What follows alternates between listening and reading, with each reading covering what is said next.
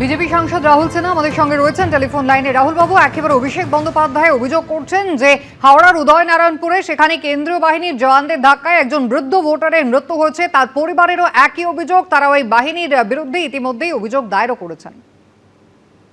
দেখুন, বিষয় হচ্ছে শকুনের নজর ভাগাড়ের দিকেই থাকে।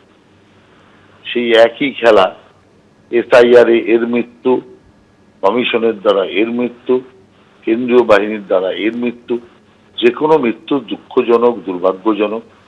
কোথায় সেই পরিবারের পাশে দাঁড়াবে, সেই পরিবারের জন্য সমবেদনা খুঁজবে, তা না মৃত্যু কি করে হলো তার মধ্যে রাজনৈতিক রং আনার চেষ্টা চলছে।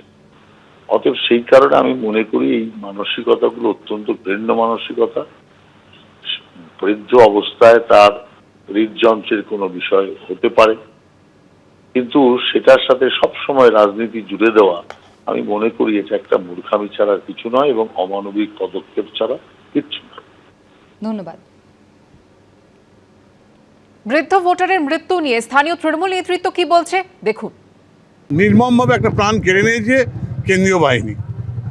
এক কথায় বলা যায় কেন্দ্রীয় বাহিনী খুন করেছে একটা বৃদ্ধ মানুষকে। তার আকুল আবেদন যে সে ভোট দেবে, এই বয়সেও সে ভোট দিতে গেছে, একটু দেরি হচ্ছে ভোটটা দিয়ে বেরোতে, সেই অবস্থা তাকে ধাক্কা মেরে ফেলে দেওয়ার পরে সেখানেই স্পট হয়ে যায়। খুন করেছে কেন্দ্রীয় বাহিনী, খুন করেছে। এক কথায় কেন্দ্রীয় বাহিনী নির্বাচন কমিশনারের নির্দেশ মতো তাকে খুন করা হয়েছে।